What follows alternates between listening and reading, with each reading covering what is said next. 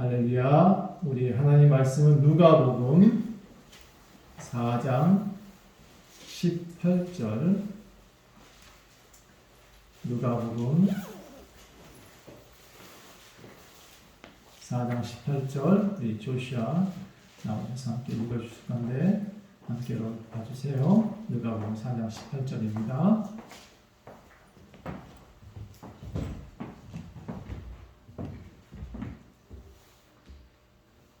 주의 성령이 내게 임하셨으니 이는 가난한 자에게 복음을 전하게 하시려고 내게 기름을 부으시고 나를 보내사 포로된 자에게 자유를, 눈먼 자에게 다시 보게 함을 선포하여 누린 자를 자유롭게 하고.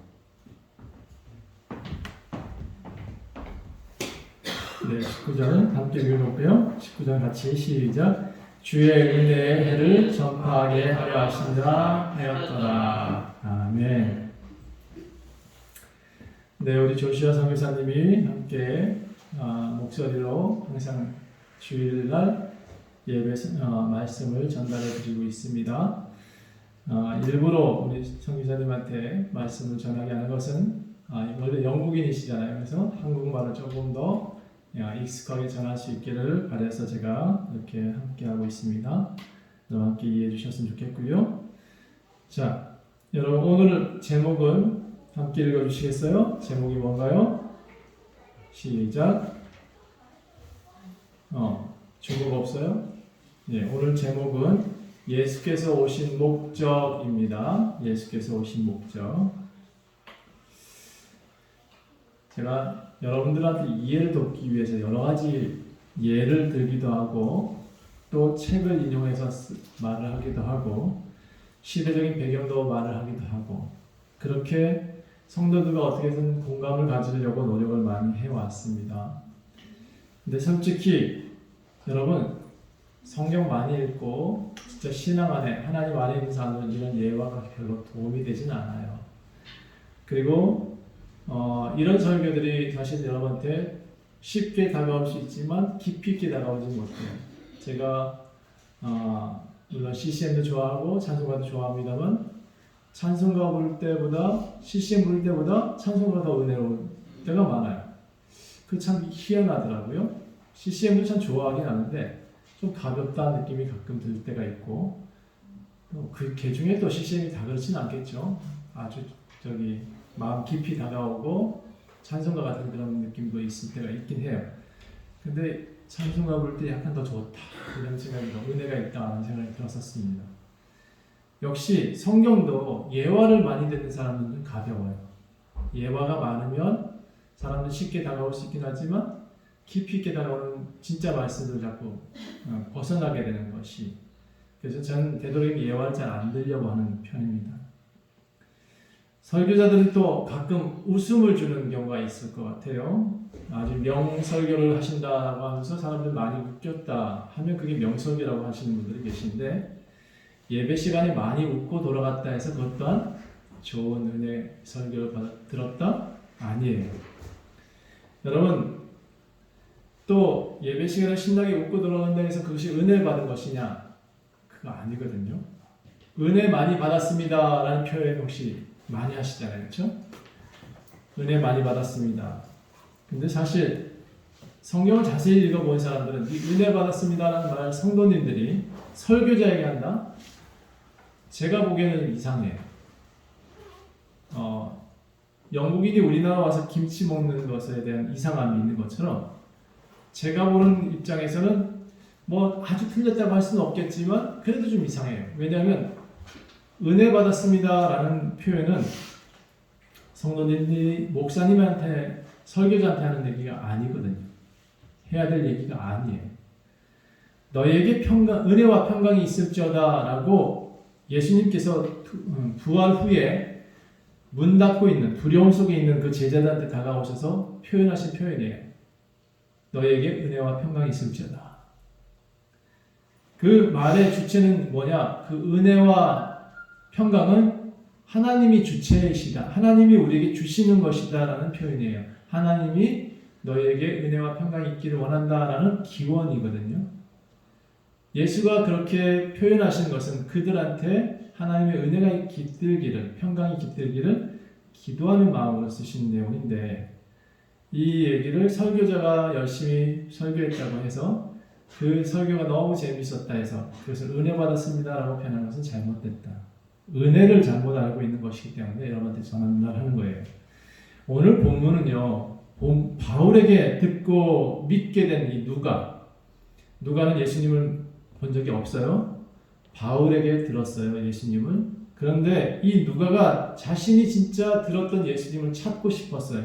그래서 1장에 보니까 면밀하게 살펴봤다, 면밀하게 찾아봤다라는 표현이 나와요. 그래서 이 사람이 열심히 그 내력을 찾아서 저술하려고 붓을 든 사람이 많은 중에 자기도 그렇게 했다라고 되어져 있습니다. 많이 찾아보고 많이 공부한 사람이죠. 누가는 의사예요. 의사였기 때문에 자기가 배운 학구적인 그 열의를 가지고 그들이 하는 방식대로 예수님을 찾아가요. 그래서 누가복음을 찾아보면, 이 기록들을 자세히 살펴보면 사실을 찾아서 기록하려고 노력을 많이 해요. 사실 기록. 또 통계를 찾아서 기록을 해요. 그 당시에 있었던 이야기들을 다 모아가지고 통계적으로 예수님이 어떤 분이시다라는 결론을 내요. 또 문학적인 비평을 가지고 기록을 해요. 그 당시에 있었던 문헌들, 마태복음, 마가복음 이런 복음서들을 다 모아다가 문학적인 비평을 했다고 학자들은 보고 있어요. 또 증거를 수집을 해요. 예수님이 어떤 일들을 했고 어떤 기적들이 있었고 그런 것들의 증거를 수집해서 기록을 해요. 또 증언을 많은 사람들의 이야기를 듣고 예수님이 정말 그러셨어. 예를 들어서 이제 마리아의 사가랴 집안 가서 그 집안에 일어났던 일들을 그 서판에 쓴 요한의 글씨를 이들은 찾아보고 증언을 토대로 이 말씀을 기록하고 있는 거예요. 그래서 누가복음을 자세히 보게 되면 누가, 언제, 어디서, 무엇을, 어떻게, 왜라는 육하 원칙을 잘 지키고 기록을 하고 있어요. 그래서 마가복음을 제일 원복음서라고 하는데 이 복음서를 보면 꼭 책의 서론과 같고 제목과 같아요. 그런데 마태복음 보면 좀 더 이해가 되고 누가복음을 보면 더 많이 이해가 되는 것이 그런 이유인 거예요. 누가복음 4장 14절을 보니까 예수님께서 마귀의 시험 이후에 사람들을 가르치기 시작했다라는 내용으로 시작을 합니다. 자, 어떻게 가르치셨느냐? 이제 그 다음 얘기가 이제 어떻게 가르치기 시작했느냐? 지난주에 우리가 예수님이 시험을 받으셨다. 광야에서 40일간 시험 받으신 이야기를 해드렸습니다. 그런데 그 시험 이후에 예수님은 가르치는 일을 하셨다. 여러분, 예수님의 사역을 잘 보시면 가르치는 일만 하다가 끝나진 않으세요. 그가 지금 나와 있는 회당의 이야기들, 회당에서 가르쳤다는 이야기 이후에 그는 몸으로 보여주시는 일들이 더 많이 해요. 기독교는 이 글씨 써가지고 칠판에다가 기역, 니은 가르쳐서 또 성경 구절을 외우게 해서 기독교가 전파되진 않아요. 왜냐하면 부모의 신앙을 보고 자녀가 신앙을 따라가는 거고 이 전수예요. 그래서 우리의 신앙들의 유산이라고 표현하죠. 유산이 전해지는 거지 글자를 외워서 기독교의 문자를 몇 개 외웠다 해서 그것이 신앙이 전달되진 않아요. 그래서 예수님이 회당에서 가르쳤다. 자, 오늘 가르친 내용이니까 한번 봅시다. 16절에 보니까 우리 16절 한번 읽어주실래요? 혜영이 말고 혜성이가 읽어주세요. 네. 16절. 빨리 가서 많이 와야 4장이에요. 4장 16절. 네. 다시 한번 찾아봐 주세요. 예수께서 그 자하다스니 곧 나사렛에 이르사 안식일에 늘 하시던 대로 회당에 들어가서 성경을 읽으라고 서심해. 그래요. 예수님은 하던 대로라는 표현이 나와요. 하시던 대로, 늘 하시던 대로 회당에 들어갔다. 여러분, 예수님이 늘 하시던 대로 회당에 들어가서 지금 성경을 읽으려고 서셨다. 그날 늘 하시던 것은 예배하러 가는 것이고 그날 성경을 읽으셨다라는 거예요. 자, 그런데 어떤 성경을 읽었냐 그러면 17절 보니까 선지자 이사야의 글을 이제 그 성경을 원래 두루마리 책인데 그걸 맡은 사람이 있거든요.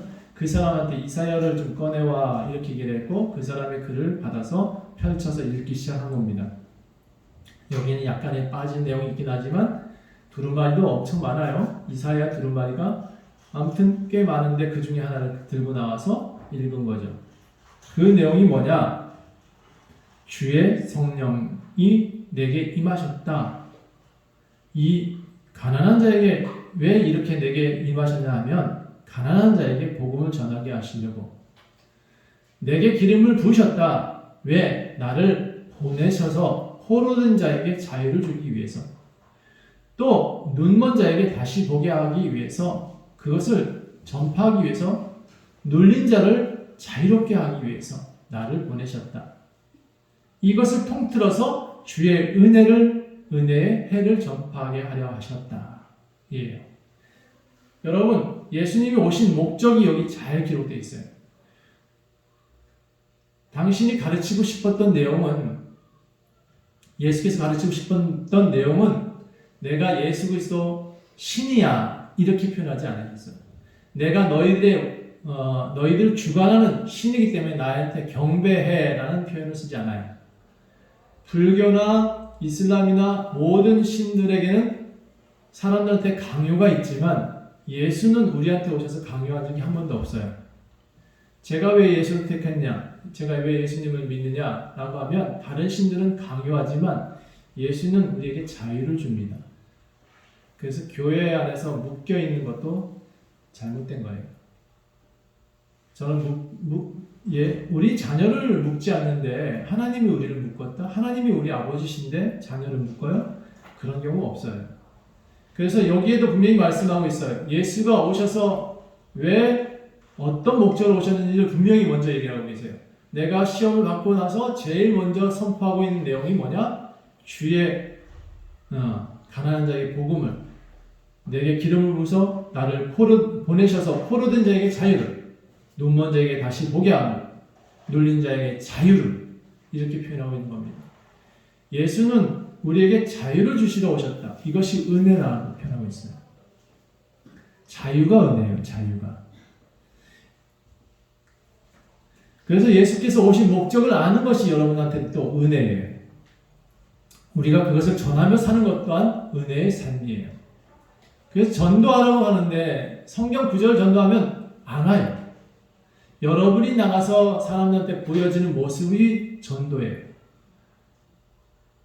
우리 남편이 열심히 예수님을 믿어. 그런데 아내한테 집에 오자마자 매일같이 화를 내고 싸워.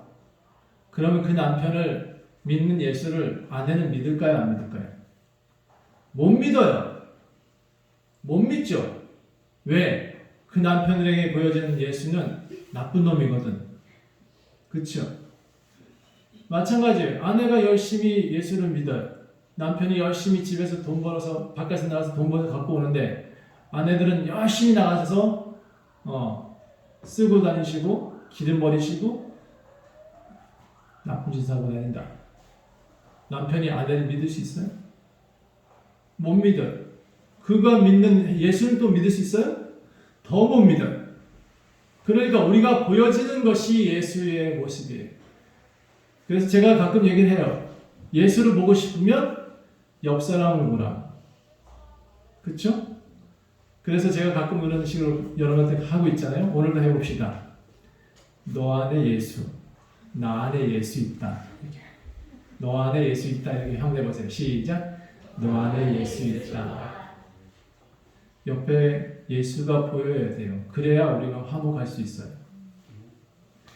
자, 다시 그래서 예수께서 가장 사랑하는 사람들을 위해서 먼저 이 얘기를 전하고 싶었던 거예요. 그래서 당신이 자란 나사렛 동네에서 이야기를 시작한 거예요.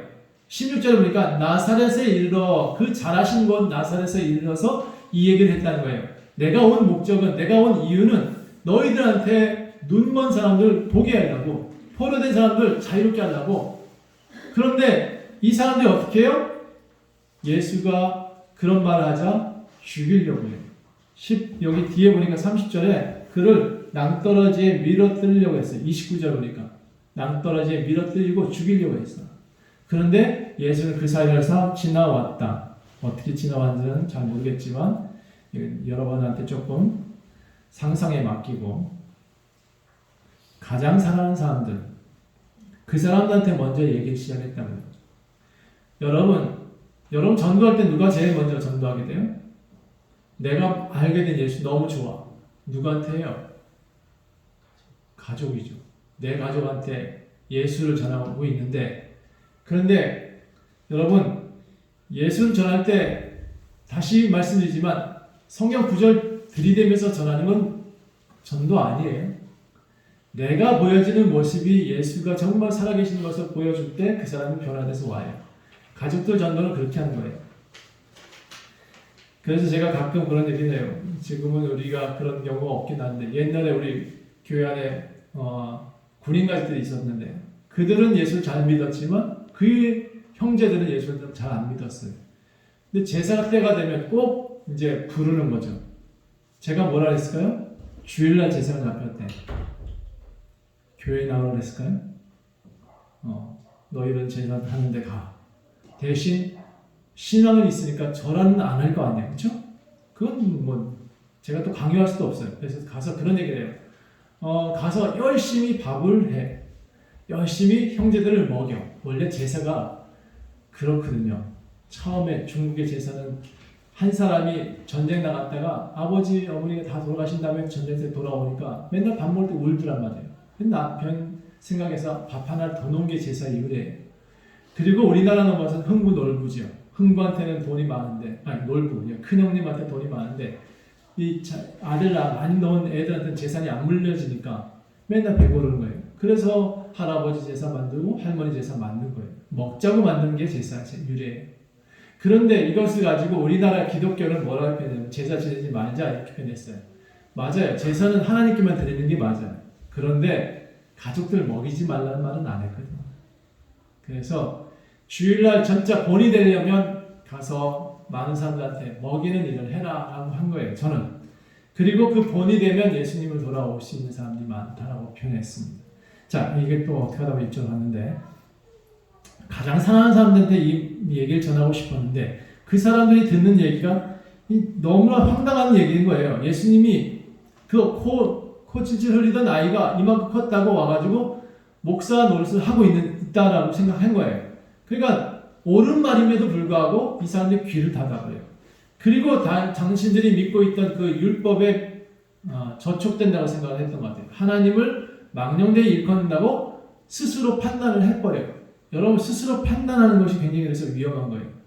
정말 옳은 사람이 내 아들이라도 저한테 옳은 말을 하게 되면 들어야 되는데 아버지가 됐다는 그 권위의식 때문에 아들의 말을 안 들으려는 것이 우리들의 또 한국 사람들의 생각인 것 같아요. 그러니까 우리나라 사람들이 딱 위험해요. 옳은 말을 들을 줄 아는 귀가 있었으면 참 좋겠다 생각합니다. 아무리 미련한 사람이라 할지라도 그 사람들이 옳은 말 하면 들을 수 있는 그 중에 가장 신앙적인 예수 그리스도를 말하는 말은 꼭 들으셨으면 좋겠습니다. 자, 복음을 전하고 싶었어요. 친구들한테, 형제들한테, 같이 자란 사람들한테. 근데 예수의 말을 믿지 못하고 그를 배척해요. 자, 이런 경우가 지금 현대에도 똑같이 나타나요. 우리 교회 사람들 참 열심히 잘 길러놓고 잘 성도들은 이제 가족이 되게 만들었는데 사탄이 하나 딱 들어왔어. 이단들이 딱 들어와서 한다는 얘기가 여기는 구원이 없고 저기는 구원이 있대 라고 말을 한 거예요. 여기는 목사님 말씀이 재미없지만 저기는 목사님 말씀이 참 재미있대. 여기는 요한계시로 안 가르치지만 저기는 요한계시로 가르치대. 이렇게 이단들이 가르쳐서 예언이 떡 터서 들어와서 얘기를 해요. 자, 그런데 이게 참 별식 같은 거예요. 별식 같은. 매일 먹는 밥은 맛이 없어. 어느 날 여러분 혹시 제가 물어볼게요. 집에서 매일 스테이크 굽는 사람. 우리 영국인도 없고 미국인도 없네. 매일 스테이크 안 먹어요. 어느 나라 사람. 그렇죠? 매일 먹는 밥이 그런데 보약이라는 것을 모르는 건 아니잖아요. 그렇죠? 우리가 다 알고 있는 사실이에요. 매주 간결하게 이제 목회자들은 이제 밥을 차리고 있어요. 더 첨가하지 않고 잡다한 거 넣지 않고. 그런데 많은 사람들은 이 잡탕밥에 혹해요. 제가 어디 가서 일본식 그 비빔 뭐 하나를 맛있다고 해서 인터넷이 다 나쁜 놈이지. 그걸 믿고 갔다가 거기서 완전히 망가지. 한 숟갈을 먹고 이걸 입에도 내야 될지 못 먹을 정도인데 그렇게 선전을 해놨더라고요. 저는 일본식 그 비빔밥은 진짜 못 먹겠어요. 입맛이 안 맞아. 예, 그런데 그걸 맛있다고 젊은이들 많이 찾아가는 게 이해가 안 돼요. 자, 그런데요, 그런 잡탕밥 별로 좋아하지 않는데 그거 너무 선전을 잘 해놨어. 그러니까 사람들이 거기로 가는 거예요. 그리고 별식이라고 생각하면 먹는 것 같아. 그런데 여러분, 진짜 건강한 밥은 집에서 먹는 밥이 진짜 건강한 밥이에요. 매일 깔끔하게 만든 밥이 진짜 밥이에요. 저는 어제 한 사람과 약속을 좀 했는데요. 그 사람과 점심을 같이 먹었어요. 참 오랫동안 봐왔던 사람이기 때문에 저는 그 사람을 전도하고 싶었어요. 그래서 이런저런 얘기를 하고 대화를 많이 했어요. 그 사람 도와주고 싶었고 그 사람이 또 우리 교회 오면 내가 어떻게든 도우리라 이런 마음을 가지고 이제 얘기를 많이 했어요. 근데 한참 하고 난 다음에 참 쓸데없는 일이 됐다라는 생각이 들어요. 왜냐? 그 사람이 저한테 나중에 밥 다 먹고 차 다 마신 다음에 이런 얘기를 해요. 목사님 정말 너무 진실한 것 같아요. 목사님 같은 분은 본 적이 없어요. 참으로 진짜 목사님 같은데 그래서 제가 하는 말을 좀 이해해달라라고 말을 하더라고요. 뭔 얘기를 하나 이제 살펴보니까 자기는 S교회를 다닌대. S교회? 이게 뭐지? 그래서 제가 한참 고민을 했어요. S교회가 어디예요? 물었더니 신천지라. 순간 화가 나기도 하고 답답하게 당황스럽기도 했어요. 그렇게 착하게 보이는 그 사람이 앞에서 완전히 도깨비뿔이 팍 튀어나온 것 같은 느낌이 들었어요. 그래서 제가 차분히 그를 오래 봤기 때문에 차분히 대화를 했어요. 예수 그리스도만이 우리의 구원이십니다. 교회의 성전은 크고 많이 모이는 것이 교회가 아닙니다. 당신 안에 예수가 없으면 당신은 꽝입니다. 예수 그리스도를 모시지 않으면 우리는 성전이 되지 못합니다. 이 예수 그리스도가 모인 곳이 교회입니다. 저한테 뭐라는지 아세요?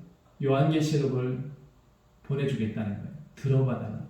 차별 없이 들어봐. 차별이 왜 없어? 이미 머릿속에 차별이 꽉 차 있어. 저는 신천지에 차별을 걔네들이 만들어놨으니까 저는 꽉 차 있습니다. 근데 저한테 그런 얘기를 하더라고요. 제가 화를 못 내고 이렇게 얘기를 했어요. 이단들의 특징이 몇 가지 있습니다. 첫 번째 이단들의 특징은 집단화합니다. 두 번째 이단들의 특징은 획일적입니다.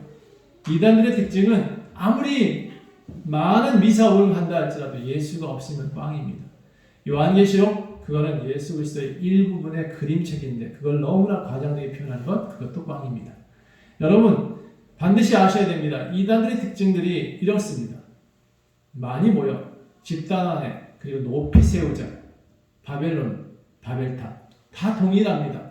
그들이 모여서 사람이 흩어짐을 면하자 라고 말하면서 계속 세워가는 그런 건물들 다 꽝입니다. 저는 오카르 목사님 되게 좋아하는데 사랑의 교회 지금 오전 목사는 별로 좋아하지 않습니다.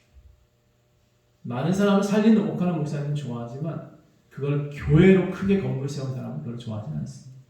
제가 그런 얘기를 많이 합니다. 그 앞에서 그런 얘기 했어요. 내가 장담한 건데 100년 안에 신천지는 사라질 것이고 장담한 건데 순복음교회는 100년 안에 없어질 겁니다. 예수님은 돌 위에 돌아가는 남이지 않겠다고 약속하셨기 때문에 그렇습니다. 교회는 건물은 아니에요. 교회는 여러분의 교회입니다. 자, 그래서 그런 얘기를 하면서 어쨌든 그 사람 보내고 다시 예수님은 진실을 전했는데 사람들은 요셉의 아들 아니냐, 동네 어릴 때 코 흘리기 아니냐, 그가 말하는 거 듣기 싫어. 그래서 낭떠러지를 밀고 끌고 가 죽이려고 했어요. 진실을 전했는데 그런 진실을 전한 사람들한테 귀를 막고 요즘 사람들이 다 별식을 찾는다. 참 안타깝다 이런 얘기예요. 자, 다시 30절 보니까 예수님이 그들 사이로 지나갔대. 여러분 누가복음에 이 예수님을 과연 어떤 예수님일까요? 누가가 본 예수는 유리겔라가 된 거예요. 그들 사이에 끌고 갔는데 분명히 이 사람이 사람들 사이에 쓱 지나가서 없어졌대요. 이런 표현이 누가에 참 많이 나와요. 누가는 예수를 뭘로 봤냐? 아주 신비로운 눈으로 봤어요. 어떤 말을 하냐면 그는 못 고치는 병을, 누가는 못 고치는 병을 예수는 고쳤다. 이렇게 표현하고 있는 것이 누가복음이에요. 의사인 자기는 못 고치는데 예수는 고칠 수 있는 분이다 라고 소개하고 있어요. 자, 아무튼 누가 기록한 예수님은 보통 사람이 아니다 라는 것이 결론이고, 그래서 사람들 벗어나서 유유히 사라졌다라고 기록을 해놨어요. 자, 그런데 오늘 핵심은 예수님이 바람같이 사라지다가 아니에요. 그게 주제가 아니에요. 예수님이 오신 목적이 뭐냐는 거예요. 왜 오셨을까요?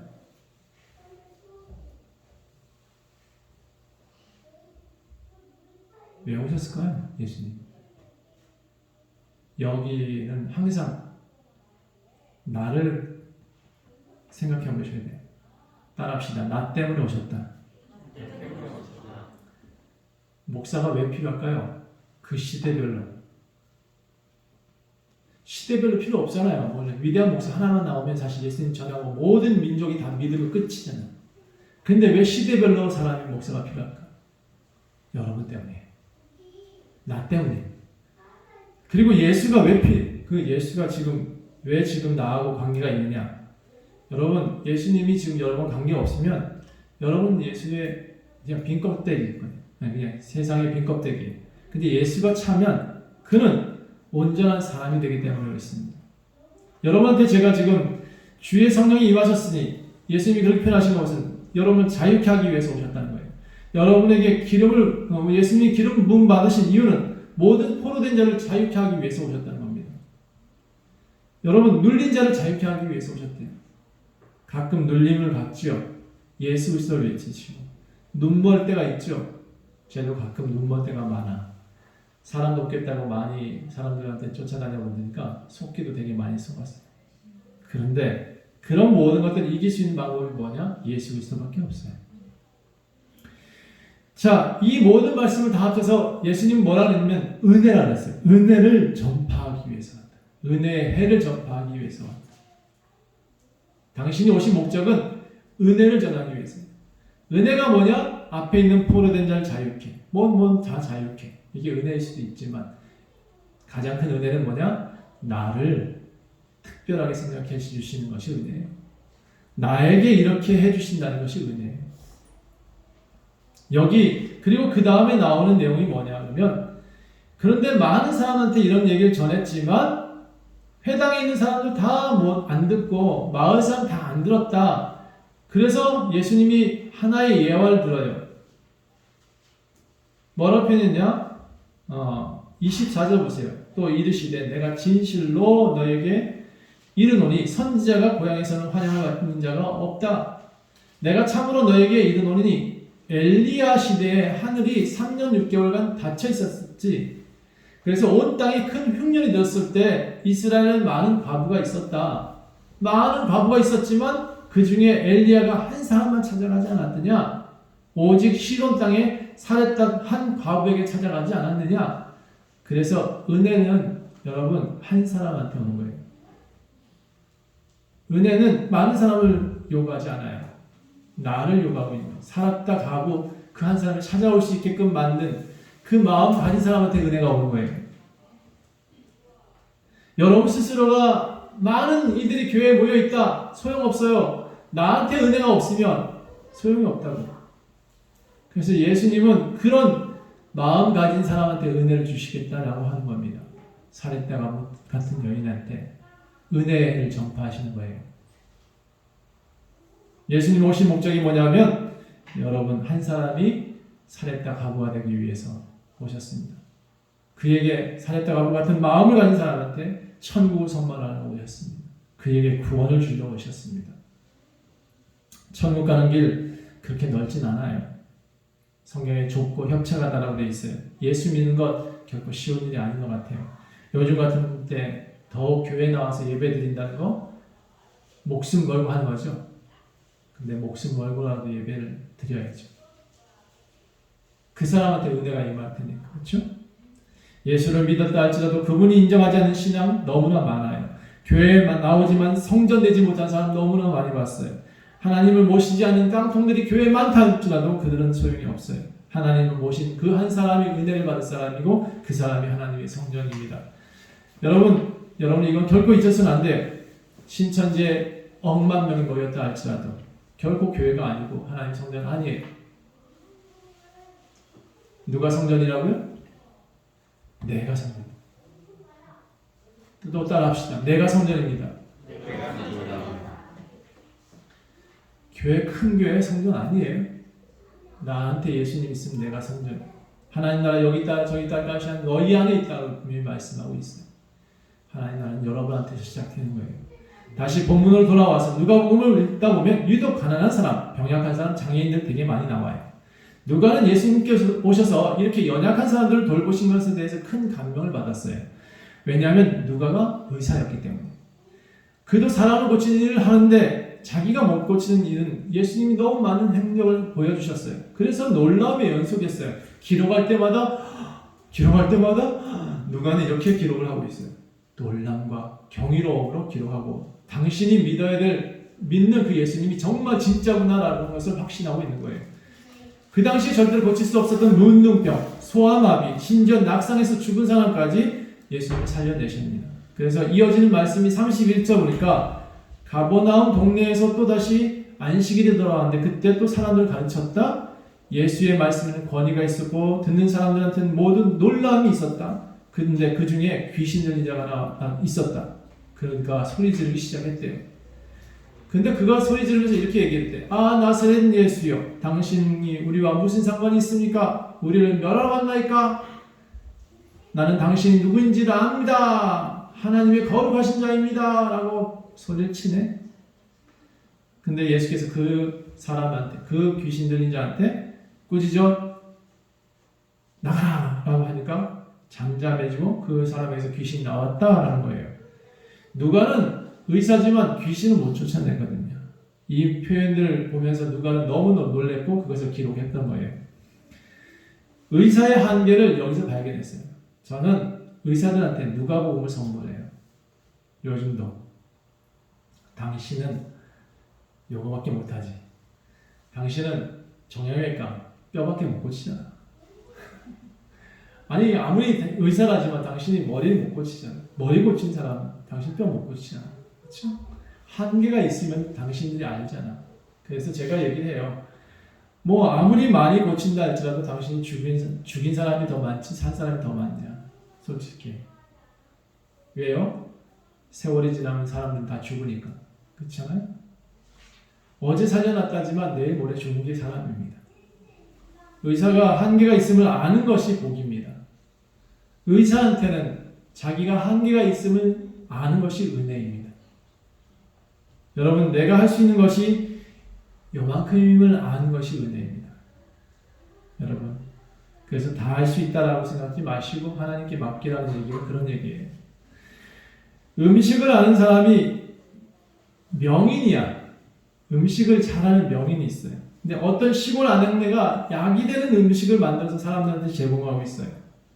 그런 소문이 이 명인한테 들려서 그 시골 아내를 찾아갔네. 그래서 그 음식 되는 약을 먹고 그가 집에 돌아서 끙끙 앓아요. 왜? 자기는 열심히 명인이 됐지만 사람한테 낫게 하는 음식을 만들지 못했다는 거죠. 그걸 아는 사람들은 그 명인은 집에 와서 잠을 못 자야 돼요. 그게 맞는 거예요. 보통 사람들은 그것을 좋은 음식으로 여길 뿐이지만 이 장인이 맛봤을 때는 그것은 놀라운 시기와 질투에 잠을 못 잘 정도의 그 사람이 그럴 거예요. 누가가 그런 거예요. 누가가 예수님을 보니까 예수님은 다 하거든. 당신이 못하는 모든 것을 다 하고 계시거든. 나사렛 촌동산에서 태어난 그 사람이 그 어촌에서 아무것도 아닌 사람이 태어나서 나타나셔서 모든 사람들이 행하고 있는 것이 믿을만하다라고 누가는 받아들이고 있습니다. 심지어 누가는 예수님이 온갖 병을 고쳤다는 사실에 더 충격받고 베드로가 또 심지어 베드로 장모가 열병을 누워있는 것을 봤을 때 그날 예수께서 꾸짖어서 병이 나갔다는 소식도 또 열심히 기록을 합니다. 의사는 의사인 누가는 아마 이런 이야기를 들을 때 정신이 멍해졌을 거예요. 진짜 내가 믿어야 할 분이, 나의 한계를 알게 하신 분이 예수구나 라는 것을 알았을 거예요. 그 소문이 동네 전체에 다 퍼졌대요. 온갖 병자들이 다 예수께 데려왔었대요. 그리고 그들은 일일이 손을 얹어서 예수님이 다 낫게 했다는 거예요. 여러분, 지금도 의사들은 저는 이 말을 꼭 하고 싶어요. 여러분이 다 낫게 할 수 있나요? 여러분의 한계가 있음을 분명히 알고, 코로나 여러분 의사가 극복할 수 있을까요? 저는 하나님이 하셔야 한다 라고 생각을 해요. 저희 코로나를 가지고 또 한 가지 항상 요즘 하고 있는 메시지가 있습니다. 코로나는 교회의 축복입니다. 코로나는 예수 믿는 사람들에게 축복이고, 또 코로나는 우리 목사들에게 축복입니다. 왜냐하면 한 분은 훑어야 알곡이 남아요. 그리고 이렇게 대통 맞아봐야 교회 목사들도 엎드려 기도해요. 항상 지잘난 살았는데 결국 하나님 앞에 엎드려 질 수 있는 시기가 온 것이 얼마나 감사해요. 엎드릴 수 있는 게 은혜예요. 여러분. 자, 누가는 이 글을 받아 적으면서 너무나 정신이 없었어요. 근데 누가가 이제 42절에 이런 얘기를 분명히 전합니다. 여러분, 이렇게 예수님이 많은 건 이적과 기적을 행했다 할지라도 예수님이 하신 목적은 복음이었다는 거예요. 예수님이 사람들을 많이 고치고 그래서 사람들이 예수님 못 떠나게 만들었어요. 그런데 예수께서 이렇게 말씀하십니다. 나는 다른 동네 갈 거야. 하나님 나라의 복음을 전해야 된다 라고 말하고, 나는 이 일을 위해서 보내심을 받은 사람이기 때문에 나는 갈 거야 라고 얘기를 말씀하십니다. 여러분, 예수님은 목적이 뭐냐 그러면 복음을 전하기 위해서 오셨습니다. 앞에 그 18절에 주의 성령이 내게 임하셨으니 이는 가난한 자에게 복음을 전하게 하시려고 했습니다. 복음을 전하기 위해서 오셨지, 이 모든 것 자유케 되고 포로된 자를 자유케, 눈먼 자를 다시 보게, 또 눌린 자를 자유롭게 하는 이 모든 것이 복음이에요. 복음. 그래서 복음을 가진 사람만이 자유를 얻을 수 있는 거예요. 복음을 가진 사람만이, 복음을 아는 사람만이 은혜를 아는 거예요. 여러분, 그래서 이 예수님은 병 고치러 온 사람이 아니다는 거예요. 근데 많은 교회들이 병 고치는 일에 너무 많은 일을 허비하고 있어요. 무슨 기도원 가면 그렇게 병 고치는 일들의 일을 열심히 하려고 하는지 모르겠어요. 그게 목적이 아닌데. 그래서 누가도 분명한 목적을 42절부터 기록을 해요. 예수는 복음을 전하러 오셨다는 거예요. 복음을 위해서 오셨지, 여러분, 사람 낫게 하기 위해서, 그나마 또 잠깐 살 사람들에게 팔 고쳐주고 문둥뼈 낫게 해줬다고 그게 복음이 되진 않아요. 예. 복음은 사람을 영원히 살게 하지만 손을 잠깐 낫게 하는 건 잠깐 살게 하는 거예요. 잠깐. 그것도 필요하지만 그것은 교회의 주된 목적이 아니고, 교회가 존재해야 될 목적, 목사님이 존재해야 될 목적은 전부 다 복음이에요. 여러분, 그래서 복음을 전하는 목사가 좋은 목사고, 복음을 전하는 교회가 좋은 교회인 거예요. 기독교는 신비 종교 아니에요. 기독교는 원래 종교라 불리기도 좀 어려운 거예요. 기독교는 종교라 불리면 안 돼. 예수 그리스도를 믿는 우리는 그리스도 안에 있는 사는 삶을, 우리 그리스도 안에 사는 삶을 표현하는 거예요. 그게 기독교예요. 그게 기독교 삶이에요. 사람답게 살고 싶은 사람들은 복음을 받아들이고, 그것을 받아들인 그 사람들은 몸부림쳐 사는 것이 기독교의 모습인 거예요. 이게 기독교라면 교리가 아니거든요. 기독교는 교리가 아니에요. 삶이에요, 삶.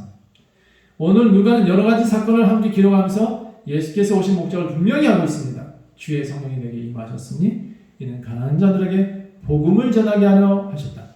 내게 기름을 부으셨다. 왜? 포로된 자에게 자유로, 눈먼 자에게 다시 보게 하면, 눌린 자에게 자유롭게 되게 하기 위해서 복음을 전하기 위해서 오신 거예요. 이것이 은혜예요. 예수께서 이런 은혜의 해를 전파하려 하셨다라는 거예요. 그러니까 여러분, 목사님이 아무리 명설교를 했다 할지라도 집에 나가시면서 목사님한테 은혜 받았습니다 할 필요는 없는 거예요. 은혜의 주체는 예수 그리스도예요. 예수가 우리에게 주신 것에 감사하는 거예요. 그건 갈 때 예수 그리스도께 은혜 받았습니다 해야 되는 거예요. 그리고 지금 여러분들에게 이런 예수가 다가와 있습니다. 옆에 계시잖아요. 그렇죠? 다시 옆에 봅시다. 예수가 보이나요? 예수가 보여야죠. 그렇죠? 우리 교회는 한 가지 장점이 있어요. 한 분 한 분 다 볼 때마다 예수가 다 계신 것 같아요. 함께 계셔서 그 얼굴에 예수가 보여요. 저는. 그래서 감사한 것 같아요. 예수께서 오신 목적은 은혜를 전파하려 하시니 위함, 복음을 전하게 하는 위함이요, 여러분을 자유케 하기 위해서다라는 것을 꼭 기억하십시오. 여러분 중에 따라합시다. 나를 자유케 하기 위해서 오셨다. 네, 그렇습니다. 은혜와 평강이 여러분 삶 속에 간절히 가득 충만하게 있기를 축원합니다. 기도하겠습니다. 하나님, 복음을 전하기 위해서 오셨죠. 우리를 자유케 하기 위해서 오셨죠. 우리가 주님 앞에서 행복하게 살기 위해서 오셨죠. 그리스도와 함께 사는 것이 얼마나 큰 복임을 알게 하기 위해서 오셨습니다. 하나님, 이것이 은혜고 이것이 우리의 복임을 기억하게 하시고 우리가 예수님 오신 목적을 잘 전하며 살아갈 수 있도록 도와주시옵소서. 이적과 기적 자랑하지 말고 교회 크다고 자랑하지 말고 오직 내가 성전된 것을 자랑하는 그런 삶이 될 수 있도록 도와주옵소서. 감사드리며 예수 그리스도의 이름으로 간절히 기도합니다. 아멘.